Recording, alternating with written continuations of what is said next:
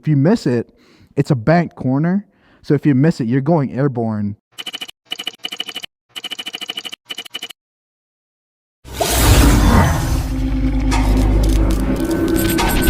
Hey, my name is Alex, aka the.RCF on Instagram. I work in finance, specifically mergers and acquisitions. I advise companies on selling themselves or buying other companies. So behind me is a 2015 Lexus RCF. When I bought it, it had about 20,000 miles on it. Over the 2.5 years that I've owned it, I've put on about 45,000 miles. It's at 65 right now, so it's definitely daily driven, winter driven. It's a bit sketchy in the winter, but you know, again, it gets driven. I love the car. It's reliable. It's what I bought it for. I bought it to drive it, so it gets its mileage. Graduating out of college, I was driving a shitbox Mazda 3 that, you know, I put some wheels and some tint on there. And, you know, I didn't want to put performance mods on it because, like, I knew it was a Mazda 3. It was a shitbox. No offense to the Mazda 3 owners.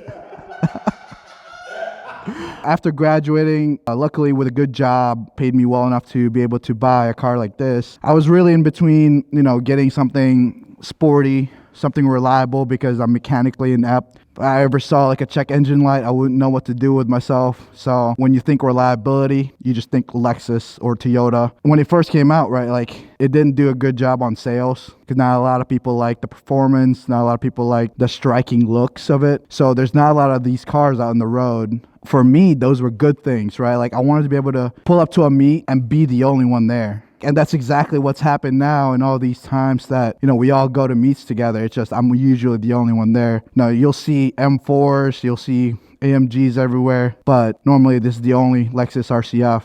Plus, you know, that high revving V8, you really can't beat that exhaust note. I mean, these guys can attest to that. They've heard it.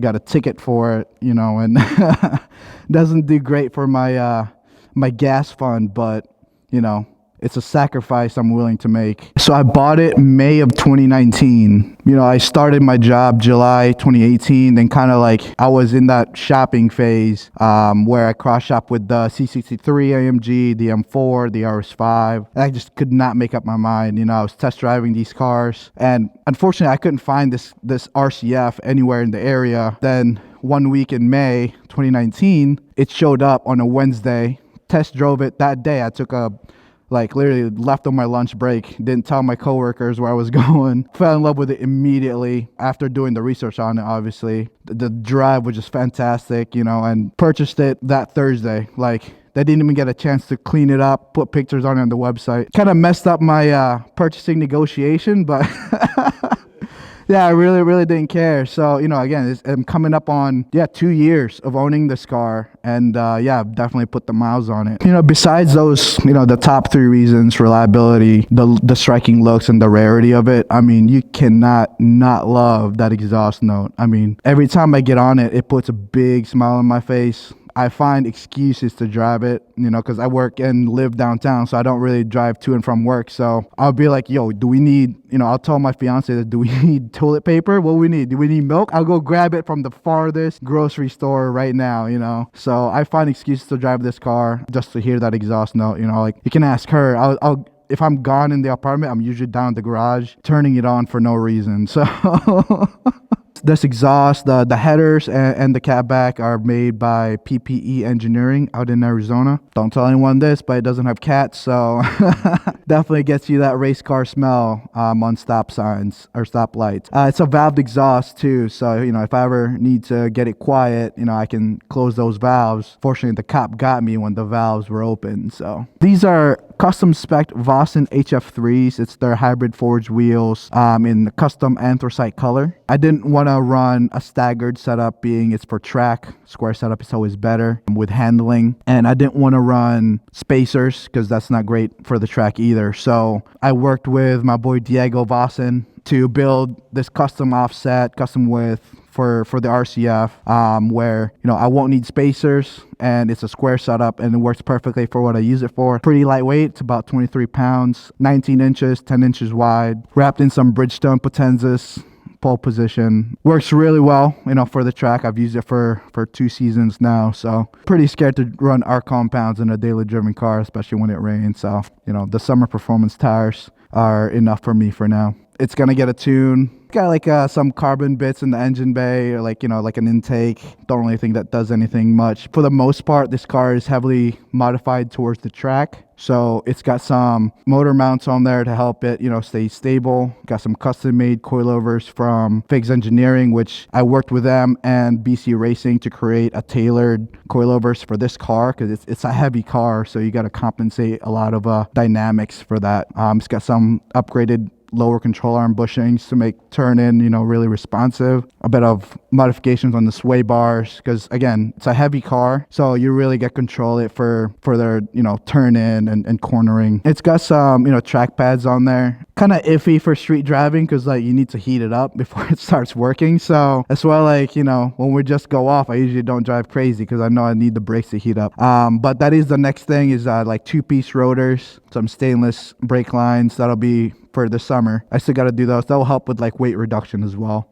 Obviously, you can't ignore the big ass picnic table in the back. I had that custom made with Klaus Composites out in Virginia. I drew up the mounts to compensate for, you know, the automatic spoiler on the trunk, because I didn't want to just get rid of that. So the way it mounts is like it goes over the spoiler so that it can still go up and down without it getting hindered by the wing. He did a competition grade wing, which is about 70 inches. Still have yet to meet someone with a bigger wing. People have gotten close. They've gotten like 67, 68, but yeah, fun fact, I can fit 5 people eating on that wing, and we have tried. So my man Will over there loves to eat a Chipotle on top of it.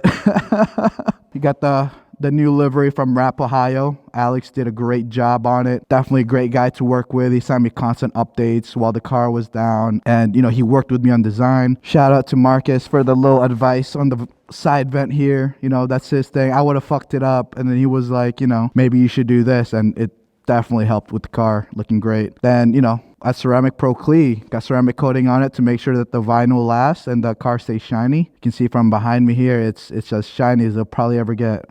We have 3 tracks around, you know, within 2 hours in Cleveland. There's Pittsburgh International Race Complex, there's Nelson Ledges, and there's Mid-Ohio. As far as like the track that's best suited for this car, it's going to be probably Nelson Ledges. They have some high-speed corners there and a lot of long sweepers, and that really works for the wing because I can just keep pushing it, you know.